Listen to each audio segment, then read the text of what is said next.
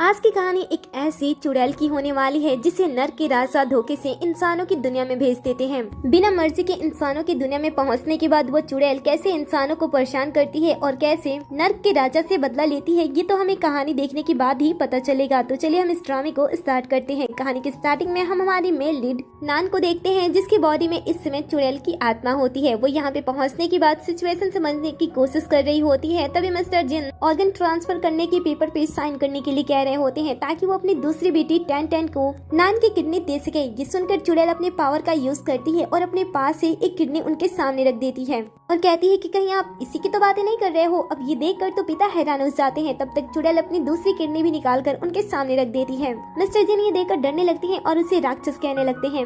ये देखकर चुड़ैल उन्हें थोड़ा सा और डराती है, अपने पावर का यूज करती है और उनके ऊपर किडनी की बारिश कर देती है, जिस वजह से उनके पास बहुत सारी किडनी आकर गिरने लगती है। वैसे तो ये सीन बहुत ही ज्यादा अजीब होता है, लेकिन जब चुड़ैल डैड को ऐसे बेहोश होते हुए देखती है तो वो कहती है कि वो मेरा गुर्दा लेने के लिए आया था, लेकिन वो इतने में ही बेहोश हो गया। इसके बाद वो आसपास की चीजें देखती है और वो समझ जाती है कि वो इंसानों की दुनिया में आ चुकी है। इसके बाद वो फ्लैशबैक के बारे में सोचने लगती है कि वो यहाँ पे कैसे पहुंची। फ्लैशबैक से हमें पता चलता है कि जो हमारी चुड़ैल होती है वो इंसानों की दुनिया से नहीं होती है, वो अंडरवर्ल्ड से होती है, जहाँ पे वो नर्क के बड़े बड़े लोगों के साथ गेम खेल रही होती है। और इस बार राजा ने अपने राजा का पद दाव पे लगाया होता है, जिस वजह से चुड़ैल इस दाव को पूरी तरीके से जीतना चाहती थी। इसीलिए वो अपनी दिमाग का यूज करती है और बिना कोई चीटिंग किए अपने सूझबूझ का इस्तेमाल करते हुए वो इस गेम को जीत लेती है। और अब वो थोड़ी ही देर में एक चुड़ैल से नर्क की रानी बनने वाली थी। लेकिन जो यहाँ का राजा होता है वो अपनी पोस्ट इतनी आसानी से नहीं छोड़ता है। वो चुड़ैल को जाल में फंसाता है और फिर जैसे ही उसका ध्यान भटकता है, राजा अपने पावर का यूज करते हुए चुड़ैल को इंसानों की दुनिया में भेजने की कोशिश करता है। क्योंकि वो हारने के बाद भी राजा की पोजीशन नहीं छोड़ने वाला था, इसीलिए वो उसे इंसानों की दुनिया में भेज देता है। इससे तो चुड़ैल बहुत ही ज्यादा गुस्सा होती है, लेकिन वो डिसाइड करती है कि जब वो वापस जाएगी तब वो राजा से सूद समेत कर बदला ले लेगी। उसी वक्त यहाँ पे प्रेसिडेंट वैंग आता है, जो कि नान का हस्बैंड होता है। चुड़ैल उसे देखती है और अपने पावर से उसके बारे में पता लगाती है, तब उसे पता चल जाता है कि ये नान का हस्बैंड है। इसीलिए वो उसे देखकर उसके बारे में सोचने लगती है। आश्चर्य की बात ये होती है कि वैंग उसकी मन की बात सुन लेता है, इसीलिए वो इसके बारे में उससे पूछता है। वो तो साफ साफ मना कर देती है और कहती है कि उसने अभी अभी कुछ नहीं कहा। उसकी बातें सुनकर वैंग सोचता है कि जब उसने कुछ नहीं बोला तो आखिर मैंने उसकी बातें कैसे सुनी, क्या ये उसके दिल की बातें हैं? फिर वो सोचता है कि आखिर कैसे हो सकता है और वो इस बात को जाने देता है। तभी यहाँ पे टैंग टैंग आ जाती है। टैंग टैंग जो कि वैंग को पसंद करती थी और नान को उससे दूर करना चाहती थी, इसलिए वो वैंग के सामने स्वीट क्यूट बनने की एक्टिंग करने लगती है और कहती है कि जब डैड यहाँ पे आएंगे तो मैं डैड को मना कर दूंगी कि वो मेरी जान बचाने के लिए मेरी बहन की किडनी मुझे ना दे। उसकी बातें सुनकर वैंग आगे बढ़ता है, अपनी वाइफ को देखता है और कहता है कि तुम तो ठीक दिखाई दे रही हो। ये सुनकर वो कहती है कि हाँ मैं ठीक हूँ, लेकिन वो ठीक नहीं है। ऐसे कहते हुए वो कमरे के कोने की तरफ इशारा करती है, जहाँ पे उसके डैड बेहोश पड़े होते हैं और उनके आसपास बहुत सारी किडनी होती है, जिसे देखकर तो ये लोग डर जाते हैं। तुरंत ही टैंग टैंग अपने डैड के पास जाती है और उनकी हालत देखकर वो नान से पूछती है कि उन्हें क्या हुआ। तब चुड़ैल कहती है कि मैंने सुना था कि तुम्हें किडनी चाहिए ना, उसमें से जो चाहिए तुम चूज कर सकती हो। फिर वो अपने डैड को जगाने की कोशिश करती है और नान को डांटते हुए कहती है कि आखिर तुम डैड के साथ ऐसा कैसे कर सकती हो, वो तुम्हारे भी डैड हैं। ये सुनकर चुड़ैल उसके पास आती है और कहती है कि तुम्हारा मतलब इस आदमी से है जिसने मुझे उस समय घर से बाहर निकाल दिया, जब बाहर बहुत ही तेज बारिश हो रही थी और मेरे पास रहने के लिए घर नहीं था। आगे हमें ये भी पता चलता है कि नान जिन परिवार की असल डॉटर नहीं होती है। ये बात परिवार वालों को 20 साल बाद पता चलता है, जब उन्हें टैंग टैंग मिलती है। नान की मॉम को तो हमेशा से ही नान के ऊपर शक था, क्योंकि उसके चेहरे के ऊपर एक बहुत ही बड़ा बर्थ मार्क था और नान की मॉम खूबसूरत थी, इसलिए वो नान से हमेशा ही उखड़ी सी रहती थी। और जब उन्हें अपनी रियल डॉटर टैंग टैंग के बारे में पता चलता है, तब वो लोग उसे तुरंत ही घर पे लाते हैं। जिसके बाद टैंग टैंग नान की जिंदगी में प्रॉब्लम क्रिएट करने की कोशिश करती है और उसके ऊपर झूठे इल्जाम लगाती है ताकि पेरेंट्स उसके साइड हो जाएं। फिर बार बार ट्राई करने की वजह से आखिरकार पेरेंट्स टैंग टैंग के साइड हो जाते हैं और नान को घर से बाहर निकाल देते हैं। लेकिन उससे घर से बाहर निकालने के बाद कुछ समय के बाद जब उन्हें पता चलता है कि उनकी बेटी की एक किडनी खराब है, तो वो नान को वापस ला लेते हैं ताकि उसकी एक किडनी को ट्रांसफर करके वो अपनी बेटी की जान बचा सके। जिसके बाद वो आगे सोचती है कि अगर उस समय उसने वैंग के ग्रैंडपा की जान नहीं बचाई होती तो वो मर चुकी होती। चुड़ैल की ये मन की बातें वैंग भी सुन लेता है और सोचता है कि क्या ये सच है कि उसके ग्रैंडपा की जान इसने ही बचाई। तब तक इधर डैड भी होश में आ जाते हैं। होश में आते ही वो नान पे गुस्सा होते हुए उसे थप्पड़ मारने के लिए आगे बढ़ते हैं, लेकिन बीच में वैंग आ जाता है उसे बचाने के लिए। इसके बाद जब पिता देखते हैं कि उन्होंने गलती से वैंग के ऊपर हाथ उठा दिया है, तब वो तुरंत ही उससे माफी मांगते हैं। वैंग उनकी तरफ मुड़ता है और कहता है कि आपने नान के साथ पहले ही सभी रिश्ते तोड़ दिए हैं, अब आपका उसके साथ कोई भी रिश्ता नहीं बनता है, इसलिए अब आपके पास कोई भी हक नहीं बनता है कि आप नान से बात कर सको या फिर उसकी किडनी किसी और को दे सको। इसके अलावा अगर आपने फिर भी उससे परेशान करने की कोशिश की तो आप याद रखना मैं आपकी कंप्लेंट कर सकता हूँ। ये सुनकर पिता उसके सामने झूठा प्यार का ढोंग करने की कोशिश करते हैं और कहते हैं कि वो हमेशा ही मेरी बेटी रहेगी। लेकिन इससे चुड़ैल को गुस्सा आ जाता है और वह सामने बढ़कर उन्हें थप्पड़ लगा देती है, जिससे ये लोग गुस्सा तो होते हैं। लेकिन चुड़ैल उनसे कहती है कि आज मेरा मूड अच्छा है, इसलिए अच्छा होगा कि आप लोग यहाँ से चले जाए, नहीं तो यह हाथ भी मैं तोड़ सकती हूँ। अब थप्पड़ खाने से पिता को गुस्सा तो बहुत आ रहा होता है, लेकिन वैंग के रहते वो कुछ भी नहीं कर पाता है और वैंग आगे बढ़ता है, नान को अपनी बाहों में उठाता है और वहाँ से उसे लेकर जाने लगता है। टैंग टैंग ये देखकर उन्हें रोकने की कोशिश करती है। वैंग उसे वार्न करता है और कहता है कि मैं तुम्हें आखिरी बार वार्न कर रहा हूँ, अगर तुम्हारी वजह से मेरी वाइफ को एक भी प्रॉब्लम हुई या फिर तुम्हारी वजह से उसके एक बाल की भी नुकसान हुई तो याद रखना मैं तुम्हें पूरी तरीके से गंजी कर दूंगा। इस तरीके से वो उससे डरा रहा होता है, लेकिन जब गर्लफ्रेंड इसकी ऐसे एटीट्यूड को देखती है तो वो मन ही मन उसकी तारीफ करने लगती है, क्योंकि अब वो उससे पूरी तरीके से इम्प्रेस हो चुकी थी। हालांकि उसे पता नहीं होता है कि उसके दिल की बातें वैंग के कानों तक पहुंच रही है, इसलिए वो ब्लश करता है और बिना कुछ कहे वहाँ से आगे बढ़ जाता है। बहन दोनों को फिर से रोकने की कोशिश करती है तो इस बार चुड़ैल उसका सामना करती है और कहती है कि ये मेरा मैन है, इससे दूर रहना, और ऐसा कहते हुए वो उसके सामने उसे किस करते हुए दिखाती है। ये सुनकर वो मुस्कुराते हुए टैंग टैंग से कहता है कि मुझे तुम्हारी एक और बात अच्छी नहीं लगती है, तुम्हारा ड्रेसिंग सेंस बहुत ही ज्यादा बेकार है, इसलिए अच्छा होगा कि तुम उसे बदल दो और हमेशा मेरे से 3 कदम की दूरी पे रहना, क्योंकि तुम्हारे से बदबू आता है। फिर वो दोनों हॉस्पिटल से बाहर निकल रहे होते हैं, जहाँ पे चुड़ैल उससे पूछती है कि बेबी अब हम कहाँ पे जा रहे हैं। ये सुनकर वो उसे कहता है कि ऑफ कोर्स हमें डाइवोर्स लेना है तो हम वहीं पे जा रहे हैं। ये सुनकर वो हैरान हो जाती है और कहती है कि आज ही के दिन मुझे डाइवोर्स भी लेना है। फिर वो जब कार में बैठ के अपने शकल को देखती है और अपने बर्थ मार्क को देखती है तब वो शॉक्ड हो जाती है और सोचने लगती है कि ऐसे चेहरे के साथ कौन डाइवोर्स नहीं लेगा। इसके बाद वैंग उसे कहता है कि वो उसे बहुत सारे पैसे दे देगा ताकि उससे कभी भी कोई भी प्रॉब्लम ना हो, और फिर वो उसे सीट बेल्ट लगाने के लिए कहता है। अब चुड़ैल के लिए ये सभी चीजें नहीं थी, इसलिए वो पहले देख कर सीखती है और उसके बाद वो वैंग के सेफ्टी बेल्ट को ही अपने पास खींचती है और उसे लगाने की कोशिश करती। खुद को बहुत ही ज्यादा समझदार समझ रही होती है, लेकिन वैंग उसकी तरफ देखता है, उसे ऐसा लगता है कि शायद वो उसका अटेंशन पाने के लिए सारी चीजें कर रही है, इसीलिए वो उसे डांटता है और फिर से सीट बेल्ट लगाने के लिए कहता है। बेचारी फिर से कोशिश करती है, लेकिन उसे ये सारी चीजें सही तरीके से हो ही नहीं रही थी, इसलिए मजबूरी में वैंग को ही आगे बढ़कर उसके सेफ्टी बेल्ट को लगाना पड़ता है। साथ ही वो उसे टपली मारते हुए कहता है कि ऐसे अनजान बनने की कोशिश करोगी तो तुम ऐसा बिल्कुल भी मत सोचना कि मैं तुमसे डाइवोर्स नहीं लूंगा। फिर वो दोनों घर की तरफ जाने लगते हैं। रास्ते में जो चुड़ैल होती है वो वैंग के भविष्य के बारे में बताने लगती है कि उसके राशिफल को देखकर ऐसा लग रहा है कि उसके साथ कुछ प्रॉब्लम होने वाली है। हालांकि वैंग उसकी बातों पे भरोसा नहीं करता है और कहता है कि तुम मेरा टाइम वेस्ट मत करो। वो उसे बार बार समझाने की कोशिश करती है, लेकिन वो फिर भी नहीं समझता है। चुड़ैल बताती है कि उसकी बदकिस्मती की वजह से कुछ ही देर में उसका एक्सीडेंट होने वाला है, लेकिन फिर भी वो उसकी बात नहीं सुनता है और उसके साथ शर्त लगाता है कि अगर उसकी कही हुई बात सच हो जाती है तो वो उसे डाइवोर्स के लिए फोर्स नहीं करेगा और माफी मांगते हुए उसके सामने अपने सर को धोएगा। उसी टाइम हम दूसरी तरफ एक ट्रक ड्राइवर को देखते हैं जो कि कार ड्राइव तो कर रहा होता है, लेकिन बार बार उससे झपकी आ रही होती है, उसका ध्यान भटकता है और इन दोनों का लगभग कार एक्सीडेंट होने वाला होता है। ये देखकर तो चुड़ैल अपने पावर का यूज करती है और तुरंत ही कार से बाहर निकल जाती है, लेकिन एक्सीडेंट की वजह से बेचारे वैंग की बुरी हालत हो जाती है। दूसरी तरफ हम वैंग के घर पे देखते हैं, जहाँ पे उसकी मॉम और उसकी बहन टैंग टैंग के फोटो को देखकर उसके बारे में बात कर रही होती हैं। असल में पहले घर वाले चाहते थे कि वैंग की शादी नान से ना होकर टैंग टैंग से हो जाए, क्योंकि वो अपनी कंपनी की सीईओ भी थी और नान से ज्यादा सुंदर भी थी। लेकिन गलती से नान ने वैंग के ग्रैंडपा की जान बचा ली, जिस वजह से ग्रैंडपा इन दोनों की शादी करा देते हैं। बट शादी के बाद भी दोनों के बीच में प्यार नहीं होता है, इस वजह से घर वाले चाहते हैं कि दोनों का डाइवोर्स हो जाए और फिर से वैंग की शादी टैंग टैंग के साथ हो जाए। फिलहाल इस समय ये दोनों इसी टॉपिक के बारे में बात कर रहे होते हैं। उसी वक्त यहाँ पे नान आती है, वो भी वैंग के साथ। एक्सीडेंट की वजह से वैंग की हालत इतनी ज्यादा खराब हो चुकी होती है कि उसकी पूरी बॉडी में पट्टियां लगी होती हैं, वो ठीक से चल भी नहीं पा रहा होता है, जिस वजह से उसे सपोर्ट दिया जाता है। ये देखकर सिस्टर और मॉम उसके लिए वॉरिड होती हैं और उससे पूछती हैं कि उसके साथ क्या हुआ। नान बता देती है कि उसने तो पहले ही कहा था कि इसका एक्सीडेंट होने वाला है, लेकिन इसने इसकी बात नहीं सुनी।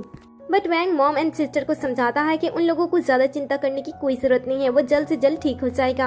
इनकी बातें सुनकर नान मन ही मन बात करने लगती है और कहती है कि इन लोगों को ऐसा लगता है, लेकिन वो बिल्कुल भी ठीक नहीं होने वाला है। उसे तो उसकी रिकवरी में ही 1 साल से ज्यादा का समय लगेगा और वो पूरी तरीके से ठीक भी नहीं हो पाएगा, क्योंकि अब उसके पैर पैरालाइज हो चुके होंगे। ये सुनकर मॉम एंड सिस्टर उससे पूछती हैं कि वो क्या कह रही है, तो वो साफ साफ कह देती है कि उसने तो कुछ नहीं कहा। इसके बाद मॉम एंड सिस्टर आपस में डिस्कस करती हैं कि जब वो कुछ कह नहीं रही थी तो उसकी बातें इन दोनों को कैसे सुनाई दे रही थी। इन दोनों को ऐसे बातें करते हुए सुनकर वैंग को भी समझ में आ जाता है कि उस समय जो बातें सुन रहा था, जो उसे गलतफहमी हुई थी, वो गलतफहमी नहीं थी। असल में ये सभी के सभी नान के मन की बात आसानी से समझ सकते हैं। इसके बाद नान खुद से ही बातें करना स्टार्ट कर देती है और कहती है कि ये लड़का वैसे भी पहले मुझे डाइवोर्स देने वाला था, अब इसे डाइवोर्स लेने के बाद मैं आराम से पैसे लेकर अपनी लाइफ एंजॉय कर सकती हूँ, क्योंकि अब ये किसी काम का नहीं है और वैसे भी मेरी बहन अब इसे शादी कर सकती है। वैसे भी वो भी धोखेबाज है, इसे धोखा दे रही थी काफी समय से, जिसके बारे में इसे पता नहीं है, तो शादी करने के बाद इनकी जोड़ी काफी अच्छी चलेगी। ऐसी बातें सुन सुनकर ये लोग उससे डायरेक्टली जाकर पूछते हैं कि वो ऐसी कैसे बातें कर सकती है। वो कुछ नहीं कहती है और कहती है कि मैं तो बस भविष्यवाणी कर रही थी। अगर आप लोगों को मेरी बातों पे भरोसा नहीं है तो जब मेरी बहन यहाँ पे आएगी तो उससे ही पूछ लीजिएगा। ये सुनकर वो लोग उससे कहते हैं कि तुम्हारी बहन इतनी रात को यहाँ पे किस लिए आएगी। वह ऐसे बातें कर रहे होते हैं ताकि वो उसे गलत साबित कर सके, लेकिन उसी वक्त यहाँ पे टेंटन आ जाती है, जिसे देखकर वो तो खुश होती है। बहन उसे नोटिस कर लेती है और कहती है कि इस सिचुएशन पे वो कैसे हंस सकती है। ये तब वो बताती है कि वो तो बस अपने फेस का ध्यान रख रही थी, ऐसा करने से फेस ग्लो करता है। ऐसी बातें करते हुए वो उसे बात से भटका देती है। फिर वो अपने डाइवोर्स के पेपर टेंटन को दिखाने लगती है और कहती है कि अब उसे चिंता करने की कोई जरूरत नहीं है, क्योंकि वो बहुत ही जल्द यहाँ से चली जाएगी, इसीलिए अब उसे चिंता करने की कोई जरूरत नहीं है। टेंटन भी देखकर खुश हो जाती है, लेकिन वो जब डाइवोर्स के पेपर को ध्यान से देखती है जिसमें लिखा होता है कि वो उसे कुछ प्रॉपर्टी दे रहा है डाइवोर्स के तौर पे, तब उसे थोड़ा बुरा लग रहा होता है, लेकिन साथ में वो खुश भी होती है कि उसे बहुत ही जल्द वैंग मिल जाएगा।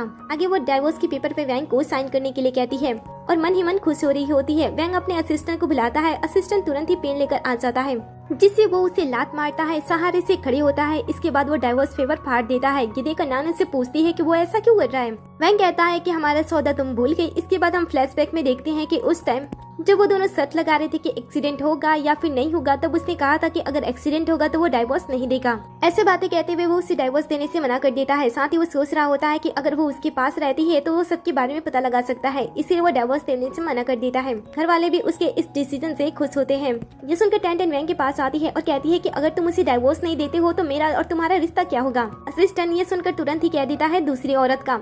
वो गुस्से से उसे देखती है तो वो साइड में जाकर चुपचाप बैठ जाता है। इसके बाद वो मॉम एंड आंटी से पूछती है तो वो दोनों भी बात को टाल देती हैं। वो गुस्से से जाने लगती है। वैंग भी उसे गुस्से से जाकर रोकने की कोशिश करता है, जिसके लिए वो बड़ी मुश्किल से आगे बढ़ता है और उसे रोकने की कोशिश करने वाला था, लेकिन उसी पल नान अपने मन में बात करना स्टार्ट कर देती है। अगर वो इस समय घर से बाहर निकलता है तो उसके साथ कुछ बुरा हो जाएगा। ये सुनकर वो समझ जाता है कि इस समय उसे आगे नहीं बढ़ना चाहिए। वो उसे घर जाने के लिए कह देता है और असिस्टेंट को उसे छोड़ने के लिए कह देता है। उसके चले जाने के बाद नान आराम से बैठती है। फिर वो उसे पूछती है कि उसने डाइवोर्स देने से मना क्यों किया। तब वैन बहाना बनाते हुए उसे कहता है कि वो शर्त हार गया था ना, इसलिए उसने डाइवोर्स देने से मना कर दिया।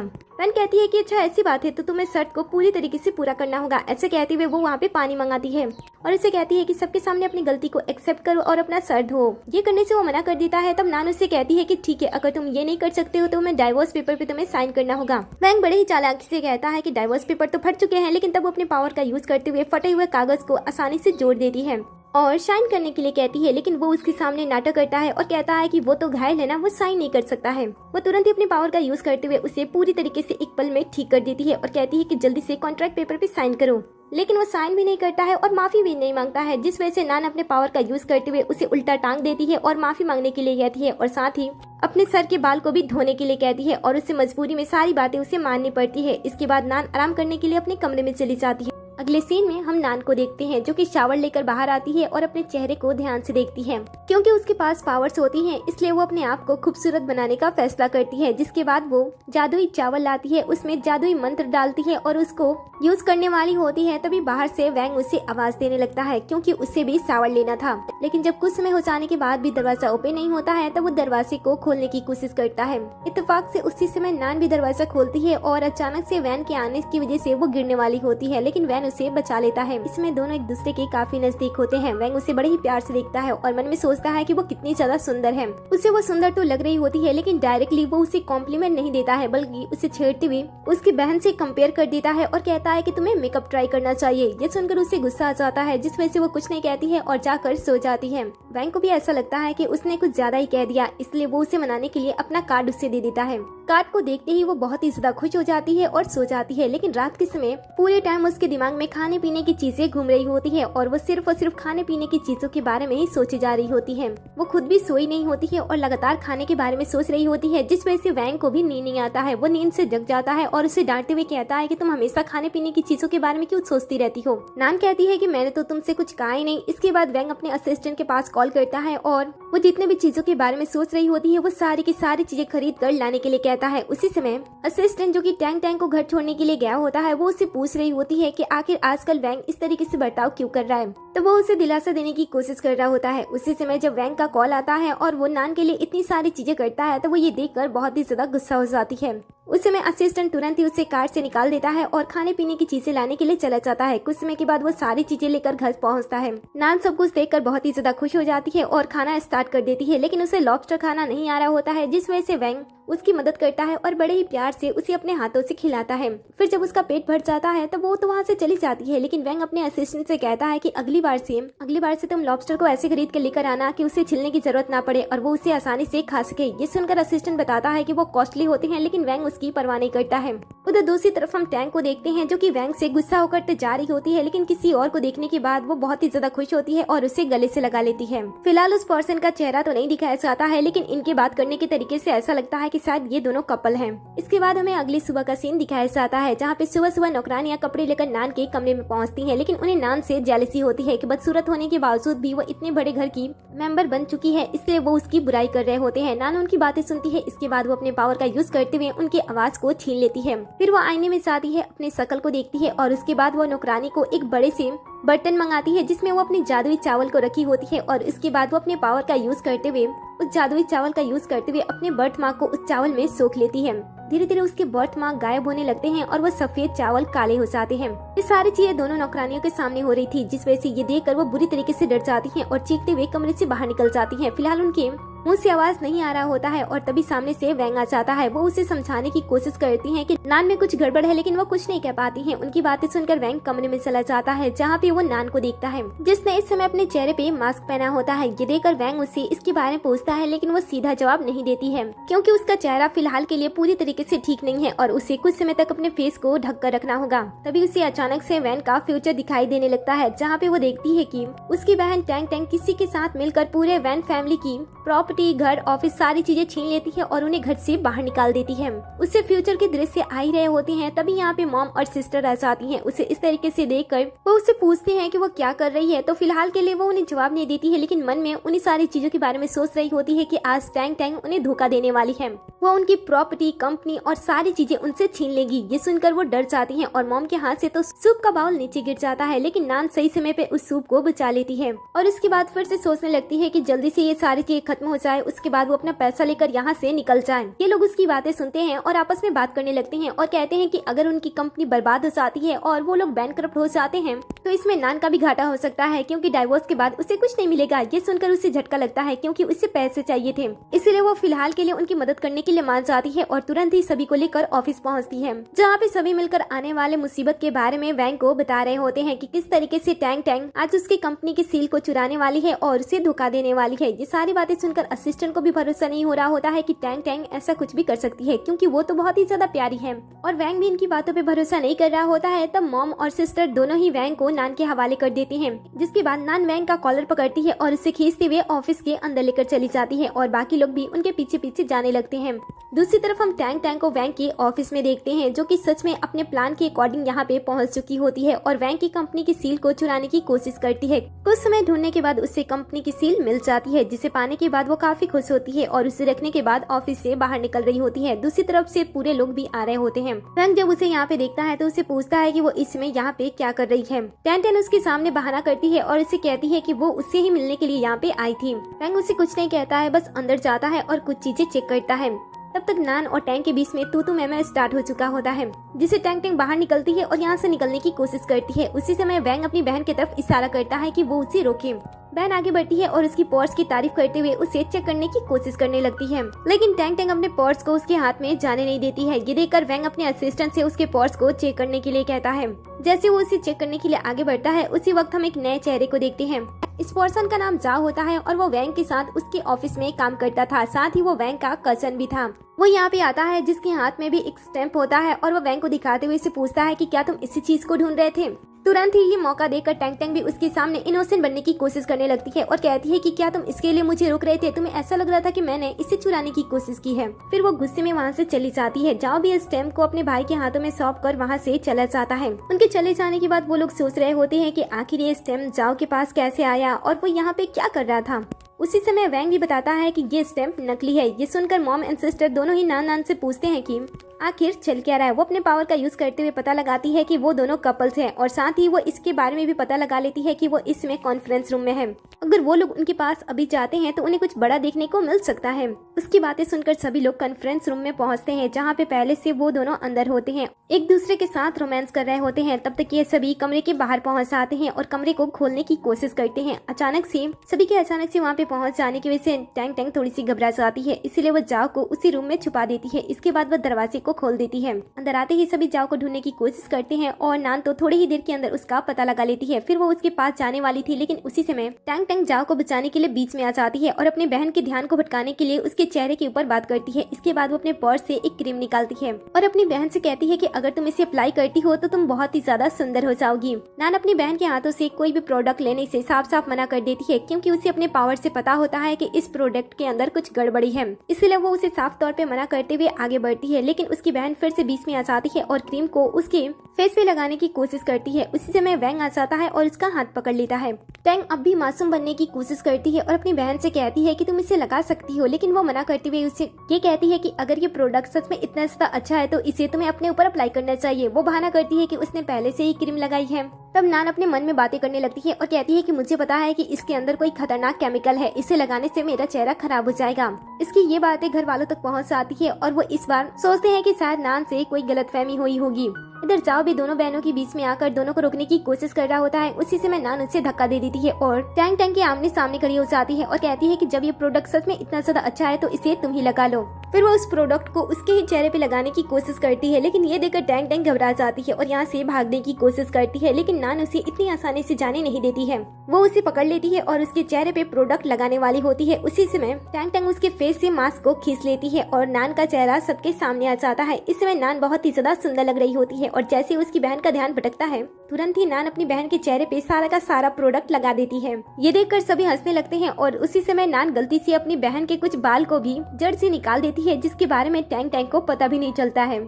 ये सब देखकर टैंग टैंग जाओ से कहती है कि देखो उसने मेरे साथ क्या किया। अब वो उसके पास उसे जाकर उसे समझाने की कोशिश तो कर रहा होता है, लेकिन अंदर ही अंदर वो हंस रहा होता है उसके हुलिये को देखकर। इधर जो मॉम होती है वो तो नान के चेहरे को देखकर पूरी तरीके से इम्प्रेस हो गई होती है और वो उसके ब्यूटी सीक्रेट के बारे में पूछने लगती है। वो कहती है कि उन्हें भी वो अपनी तरफ बहुत ही ज्यादा सुंदर कर देगी। फिर वो निकले हुए बाल को लेती है और उसे टैंग टैंग को वापस कर देती है। जब वो अपने बाल को ऐसे देखती है और अपनी हालत देखती है तब वो जोर से चीखती है और यहाँ से भागते हुए चली जाती है। उसके जाने के बाद सभी लोग जाओ को देखने के बावजूद भी ऐसे एक्ट करते हैं कि यहाँ पे जाओ नहीं है और इसके बाद सभी लोग वहाँ से बाहर निकल आते हैं। बाहर निकलने के बाद वो दरवाजे को बाहर से ही लॉक कर देती है, जिसके बाद वैन सभी को अपने ऑफिस में लेकर जाता है और उसने अपने ऑफिस में एक दो नहीं बल्कि बहुत सारे ऐसे सील छुपा कर रखे होते हैं जिन्हें वो सबके सामने रख देता है, जिसे देखकर तो सभी हैरान हो जाते हैं और वैंग से पूछते हैं कि इतना सब सील उसने क्यों रखा है। वो बताता है कि वो अपनी कंपनी की सेफ्टी के ये सारी चीजें कर रहा है ताकि कोई भी उसकी कंपनी को इतनी आसानी से नुकसान ना पहुंचाए। ये सुनकर तो नान उससे इम्प्रेस हो जाती है और मन ही मन उसकी तारीफ करने लगती है। वैन ये सुनकर मुस्कुराता है। इसके बाद मॉम सभी को ही होने वाले ग्रैंडपा के बर्थडे पार्टी में इनवाइट करती हैं। इसके बाद वो अपने छोटे बेटे और अपने हस्बैंड के पास एक एक करके कॉल करती हैं और उन्हें वार्न करती हैं कि उन्हें भी ग्रैंडपा के बर्थडे पार्टी में आना है। अगर वो लोग मिस करेंगे तो उन्हें नुकसान झेलना पड़ जाएगा। दूसरी तरफ हम टैंग टैंग को देखते हैं। आईने में अपनी शकल अपने बाल को देखकर वो बहुत ही ज्यादा गुस्सा करती है और अपनी बहन की जिंदगी बर्बाद करने का फैसला करती है। इसके बाद वो जाओ के पास कॉल करती है। दूसरी तरफ जाओ भी बाहर निकलने की कोशिश कर रहा होता है, तभी टैंग टैंग उसके पास कॉल करती है। वो अपनी सिचुएशन के बारे में बताने की कोशिश करता है, लेकिन फोन कट जाता है क्योंकि उसके फोन में चार्ज नहीं होता है। इसके बाद हमें अगले दिन का सीन दिखाया जाता है, जहाँ पे सिस्टर और मॉम दोनों ही नान से बात कर रही होती हैं ताकि वो उनकी ब्यूटी को इनहेंस कर सके। जिसके बाद दोनों नान को पैसे देती है। नान पैसे लेने के बाद दोनों को बाउल देती है जिसमें पानी होता है, जो कि जादुई पानी होता है। वो बताती है कि अगर वो एक घूंट पीते हैं तो वो सुंदर हो जाएंगे, 2 घूंट पीते हैं तो वो ज्यादा सुंदर हो जाएंगे। वो अपनी बात को कम्प्लीट करने वाली होती है, तभी यहाँ पे वैंग जाता है। तब तक बहन 1-2 घूंट पी लेती है। उसके बाद उसकी सुंदरता बढ़ जाती है। वहीं जो मॉम होती है वो अपना दिमाग ज्यादा यूज कर लेती है और वो सोचती है कि अगर वो पूरा बाउल पी जाती है तो वो बहुत ही ज्यादा सुंदर हो जाएंगी। ऐसा सोचते हुए वो सारा का सारा पानी पी जाती है। जिसके बाद वो सुंदर तो होती है, लेकिन साथ में उनकी एज भी कम हो जाती है और वो एक 16 साल की लड़की में बदल जाती है। जिसके बाद सभी शॉक्ड हो जाते हैं। जिसके बाद सभी हैरान होकर उन्हें देखने लगते हैं। मॉम को भी समझ में नहीं आता है कि उनके साथ क्या हो रहा है, लेकिन जब वो आईने को देखती हैं तब वो शॉक के मारे बेहोश हो जाती हैं। वैंग नान से कहता है कि मेरी मॉम को ठीक करो।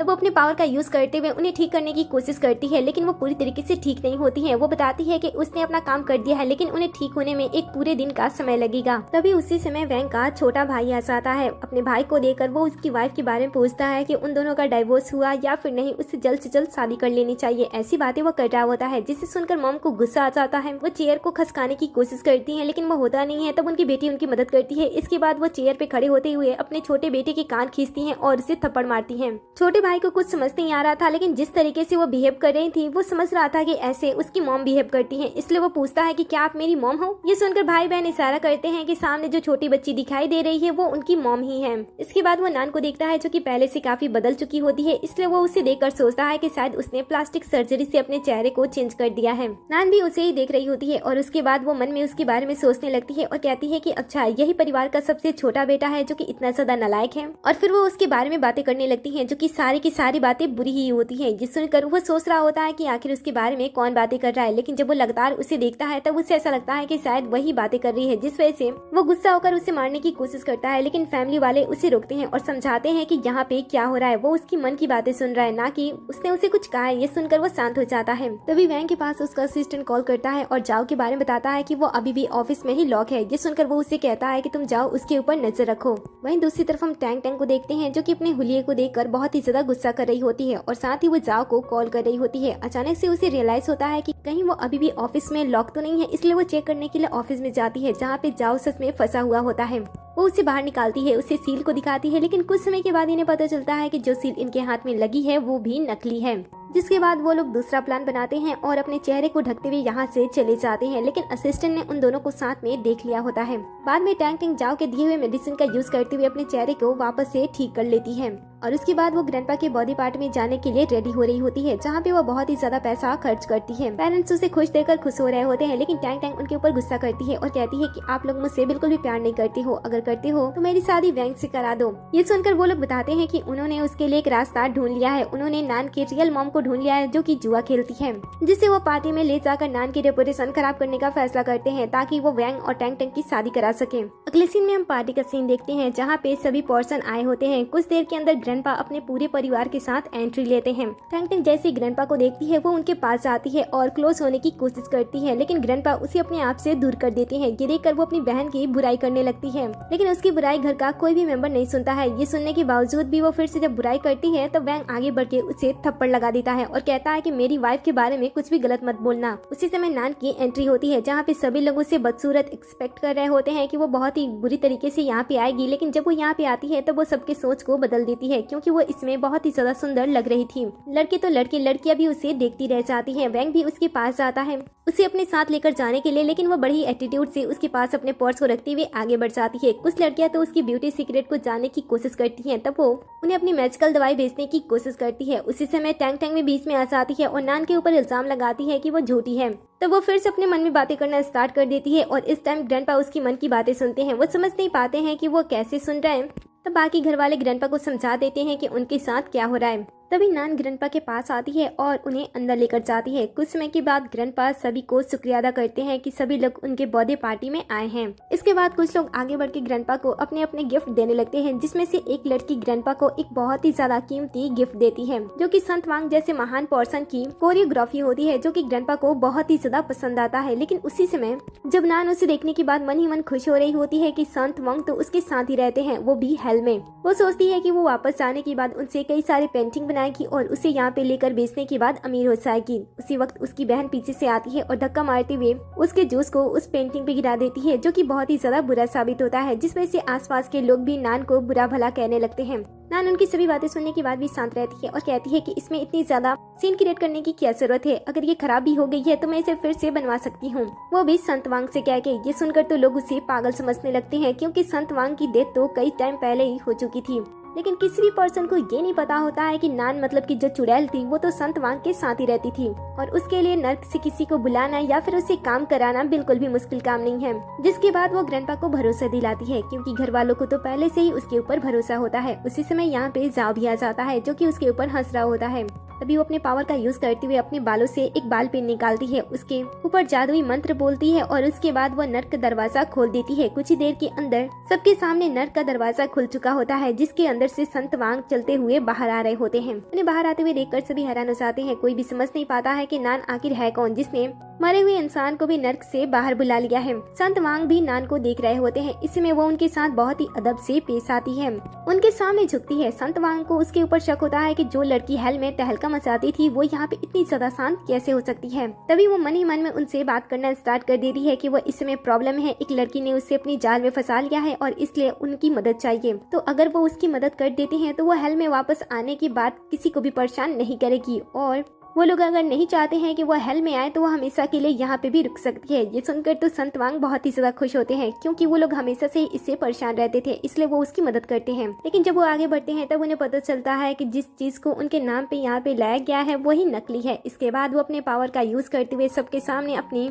कोरियोग्राफी करते हुए दिखाते हैं। सभी लोग उन्हें इस काम को पहली बार करते हुए देख रहे होते हैं, इसलिए सभी लोग बहुत ही एक्साइटेड होकर उन्हें देख रहे होते हैं। कुछ समय के बाद वो अपना काम पूरा कर देते हैं और यहाँ से जाने लगते हैं। लेकिन जाने से पहले छोटा भाई उन्हें रोकता है और अपना गुरु बताते हुए उनसे हैंडशेक करता है, उनके साथ पिक्चर्स लेता है और साथ ही उनका ऑटोग्राफ भी लेता है। ये सब करने के बाद वो वापस से जहन्नुम चले जाते हैं। फिर नान उस चीज को ग्रैंडपा को दे देती है। ग्रैंडपा उस चीज को पाकर बहुत ही ज्यादा खुश होते हैं। उसी वक्त वैंग के डैड आ जाते हैं। मॉम तो उन्हें यहाँ पे ऐसे लेट आते हुए देखकर उनके कान खींचने लगती है, लेकिन जो डैड होते हैं वो अचानक से नान को पहचान लेते हैं और उसकी तारीफ करने लगते हैं कि वो दिन प्रतिदिन काफी ज्यादा सुंदर हो रही है। वैंग को ये सुनकर उनके ऊपर डाउट होता है कि नान के बारे में तो किसी ने भी उन्हें कुछ नहीं बताया, तो आखिर उन्हें कैसे पता चला कि यही नान है। और फिर नान भी जब डैड को देख रही होती है तब उसे कुछ फील होता है कि इस पर्सन के अंदर कुछ गड़बड़ी है, इसीलिए वो अपने मैजिकल आइज का यूज करते हुए उन्हें चेक करती है और उसे पता चलता है कि ये तो एक दो लड़कियों के साथ नहीं बल्कि कई सारे लड़कियों के साथ मिलकर मॉम को चीट करते हैं, जिसके बारे में वो फुसफुसाने लगती है और घर वालों को भी डैड की असलियत पता चल जाती है। लेकिन वो इसमें कुछ नहीं कहते हैं,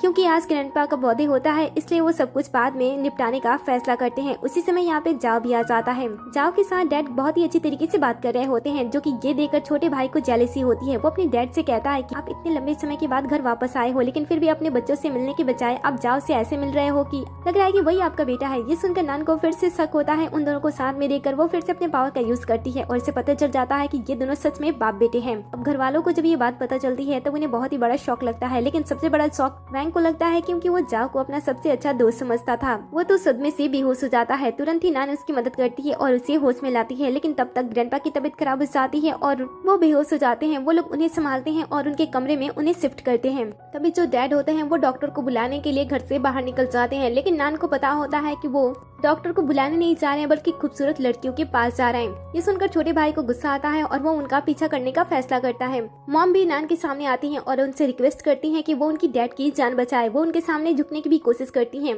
लेकिन नान उन्हें ऐसा करने से रोक देती है और कहती है कि वो लोग एक फैमिली है, वो उनकी जान ऐसे ही बचाएगी। फिर वो अपने पावर का यूज करते हुए ग्रैंडपा की पूरी बॉडी स्कैन करती है और उसे पता चलता है कि ग्रैंडपा के ऊपर ब्लैक मैजिक किया गया है, जिसके बारे में वो परिवार वालों को बता देती है। इसके बाद वो ग्रैंडपा के ऊपर कुछ और मैजिक करती है ताकि कोई इविल पावर उन्हें अब और नुकसान ना पहुंचा सके। इसके साथ ही उस पर्सन के बारे में पता लगाने की कोशिश करने लगती है जो कि इन सारी चीजों के पीछे है। फिर वो लोग सभी ग्रैंडपा के एक कमरे में जाते हैं, जहाँ पे जाने के वो अपने पावर का यूज करते हुए एक हाथ में चाकू लाती है और दूसरे हाथ में एक ताबीज लाती है। फिर वो ग्रैंडपा के हाथों में वैंग से कह के कट लगाती है और उसके कुछ खून की बूंदें उस पेपर पे गिराती है, जिसके बाद वो आगे की प्रक्रिया कंटिन्यू करती है और अपने मैजिक को आगे बढ़ाती है। कुछ ही देर के अंदर वो जो ताबीज होती है वो कमरे के एक कोने में चली जाती है, जहाँ पे एक फ्लावर पॉट होता है। नाना उस फ्लावर पॉट को सबको दिखाते हुए बताती है कि इसी की वजह से ग्रैंडपा को खून की उल्टी हुई थी। सब सोचते हैं कि आखिर एक छोटा सा पौधा उन्हें कैसे नुकसान पहुंचा सकता है। तभी वो आगे बढ़ के उस पौधे को तोड़ देती है, जिसके अंदर से एक गुड़िया बाहर निकलती है। ग्रैंडपा के ऊपर सच में किसी ने ब्लैक मैजिक किया हुआ था।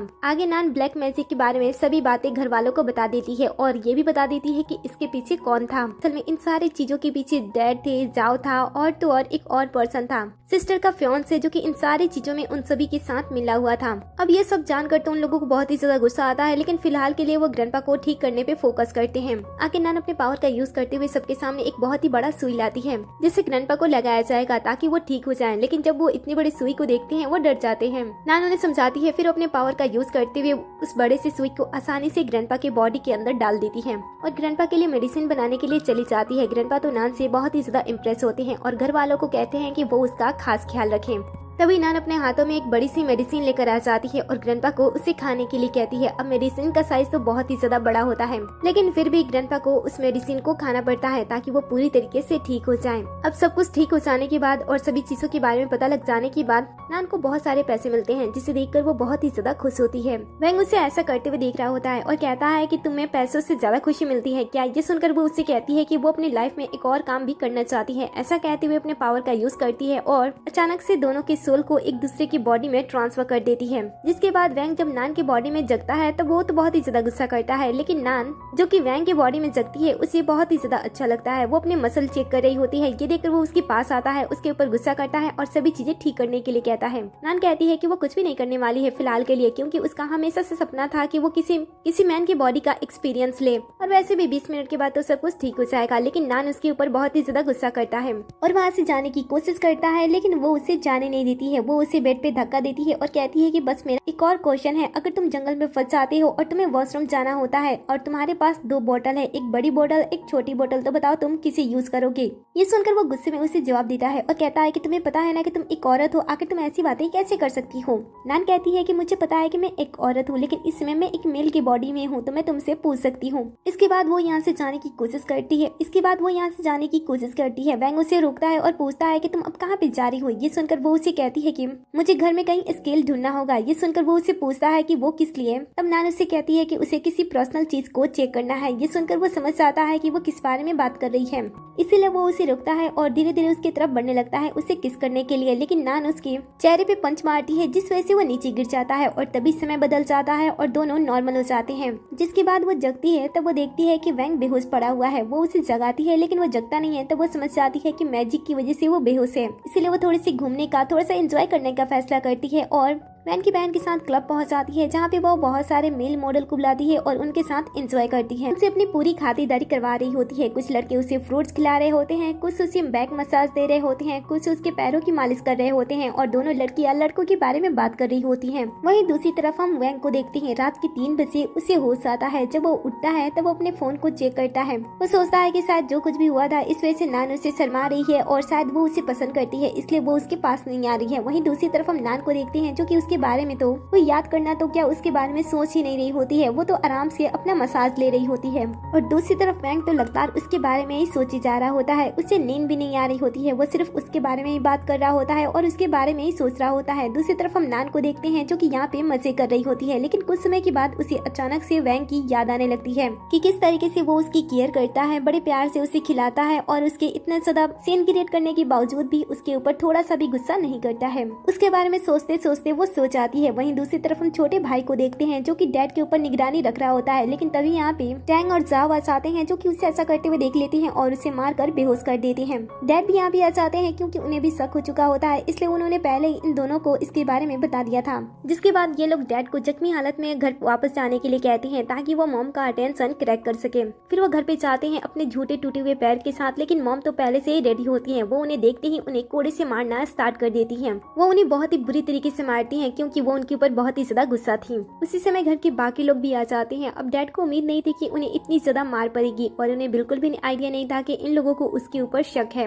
इसीलिए वो जानने की कोशिश कर रहे थे कि उनकी पिटाई क्यों हो रही थी, जिसपे घर वाले और भी ज्यादा गुस्सा हो रहे होते हैं। उसी वक्त उनका पैर फिसलता है और वो फिर से नीचे गिर जाते हैं और इस बार उन्हें सच में चोट लगती है। घर वाले उन्हें संभालते हुए सोफा बैठाते हैं। नाना उनकी हालत को देखते हुए कहती है कि वो उन्हें ठीक कर सकती है। जिसके बाद वो अपने पावर का यूज करते हुए एक बहुत ही बड़ा हथौड़ा लाती है, जिससे वो डैड के पैरों के ऊपर हमला करती है, जिससे वो ठीक तो नहीं होते हैं, उनकी दर्द और भी बढ़ जाती है। असल में ये पूरे लोग मिलकर उन्हें परेशान करना चाहते थे। नान फिर से आगे बढ़ती है और एक बड़ी सी सुई उनके पैरों में चुभो देती है। कुछ समय के बाद हम डैड को उनके कमरे में देखते हैं, जहाँ पे वो आराम कर रहे होते हैं। उसी वक्त मॉम कमरे में जाती है। वो उन्हें देखकर फिर से परेशान करने के बारे में सोचती हैं, इसीलिए वो पहले उनके साथ थोड़ी सी रोमांटिक होने की कोशिश करती हैं। ये देखकर वो जैसे ही आगे बढ़ते हैं, वो फिर से उन्हें पीटना स्टार्ट कर देती हैं। ऐसे छोटे मोटे तरकीबें यूज करके मॉम अपने हस्बैंड से बदला ले रही होती है।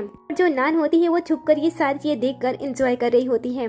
लेकिन तभी यहाँ पे वैंग आ जाता है और उसे ऐसा करते हुए पकड़ लेता है। वो यहाँ से निकलने की कोशिश करती है लेकिन उसकी बॉडी को देखकर वो खुद को रोक नहीं पाती है। उसे टच करने से वो बार बार उसे टच करती है। वैंग को भी अच्छा लग रहा होता है इसलिए वो उसे मना नहीं करता है, लेकिन कुछ समय के बाद वो जब उसकी बातें सुनकर शर्मा जाती है तो वहाँ से चुपचाप निकल जाती है। इसके बाद वैंग उसके पीछे पीछे कमरे में जाता है और उसे किस करता है। बाद में वो उसे कहता है कि अब वो उसे डाइवोर्स नहीं लेना चाहता है और उसे फिर से किस करने लगता है। जब नान उसकी इतनी ज्यादा क्लोज होती है तब उसकी हार्ट बीट बहुत ही ज्यादा फास्ट हो जाती है, जिसके बारे में वो सोचती है। तो वैंग उसे अपनी बाहों में उठाता है और उसे बेड पे लेटा देता है और उसे कहता है कि ये जो तुम्हारी हार्ट बीट इतनी ज्यादा फास्ट चल रही है ये किसी बीमारी की वजह से नहीं है, तुम मुझे पसंद करती हो और इसीलिए ये तुम्हारे साथ ये सब कुछ हो रहा है। कहते हुए वो उसे फिर से किस करता है, लेकिन इस बार नान उसे काट लेती है और उसके बाद वो उसके ऊपर आ जाती है और कहती है कि क्या सारी चीजें तुम्हें ही करनी है। ऐसे कहते हुए उसके कपड़े को उतारने लगती है, लेकिन वैंग उसे फिर से बेड की साइड पलट देता है और उसे किस करने लगता है। दूसरी तरफ हम डैड को देखते हैं जिनकी हालत इतनी ज्यादा खराब हो जाती है कि वो यहाँ से निकलने का फैसला करते हैं और घर के बारे में वो जाओ को बताते हैं कि उनके साथ यहाँ पे क्या क्या हो रहा था। ये सुनकर तो उसे बहुत ही ज्यादा गुस्सा आता है। वो उन्हें कुछ प्लान के बारे में बताने वाला होता है, तब तक डैड के बारे में घर वालों को पता चल जाता है और वो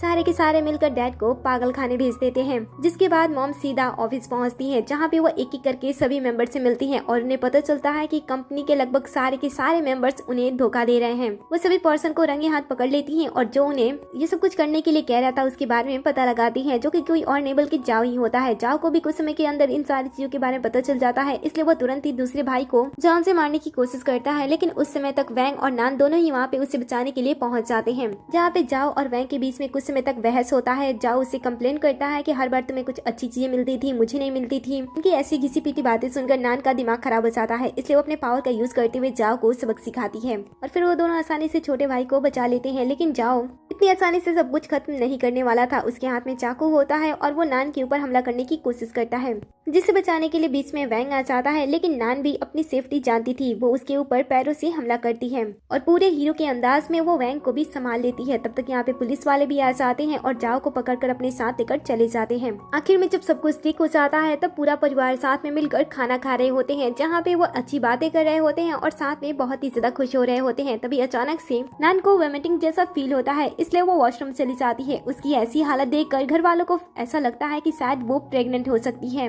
तभी वो वॉशरूम से बाहर आती है और इनकी ऐसी बातें सुनती है। वो तुरंत ही अपने पावर का यूज करते हुए अपने बारे में पता लगाती है और उसे पता चलता है कि वो सच में प्रेग्नेंट है। ये सुनकर अचानक से वो जोर जोर से चीखते हुए रोना स्टार्ट कर देती है। वैंग उसके पास आता है, उसे संभालने की कोशिश करता है, लेकिन वो उसके कान को खींचने लगती है और कहती है कि तुमने मेरे साथ ये क्या कर दिया। वो बहुत ही ज्यादा रोती है, लेकिन वैंग उसे संभाल लेता है। अब आगे हमें कहानी कुछ टाइम बाद दिखाई जाती है, जहाँ पे वो अपने बच्चे को जन्म दे रही होती है। वहीं दूसरी तरफ वैंग इस बात से बहुत ही ज्यादा खुश होता है कि अब वो डैड बनने वाला है। दूसरी तरफ हमें नर्क का सीन दिखाया जाता है, जहाँ पे नर्क में भी ये बात पहुंच जाती है कि नान प्रेग्नेंट है। ये सुनकर हेल का राजा थोड़ा सा घबरा जाता है। वो तुरंत ही उसके होने वाले बच्चे और उसके हस्बैंड की जीवन रेखा बढ़ा देता है, क्योंकि उन्हें बहुत ही ज्यादा डर हो चुका होता है कि अगर वो किसी भी रीजन से उसके फैमिली की जान लेते हैं तो उन्हें खतरनाक चुड़ैल का सामना करना पड़ेगा। इसीलिए वो सबकी जिंदगी बढ़ा देते हैं और इसी सीन पे इस ड्रामे का दी एंड हो जाता है। वेल, आपको ये ड्रामा कैसा लगा मुझे कमेंट में जरूर बताना। कहानी का एंड कैसा था, आपके अकॉर्डिंग कहानी का दी एंड कैसा होना चाहिए था, सारी बातें कमेंट में जरूर बताना। जाने से पहले वीडियो को लाइक कर दे, साथ ही चैनल को भी सब्सक्राइब कर दे, नोटिफिकेशन बेल को भी ऑन कर ले, जिससे कि आप हमारे हर एक वीडियो से अपडेट रहो। वीडियो को ज्यादा से ज्यादा शेयर करें एंड वीडियो पे हाइप करना बिल्कुल भी ना भूलें।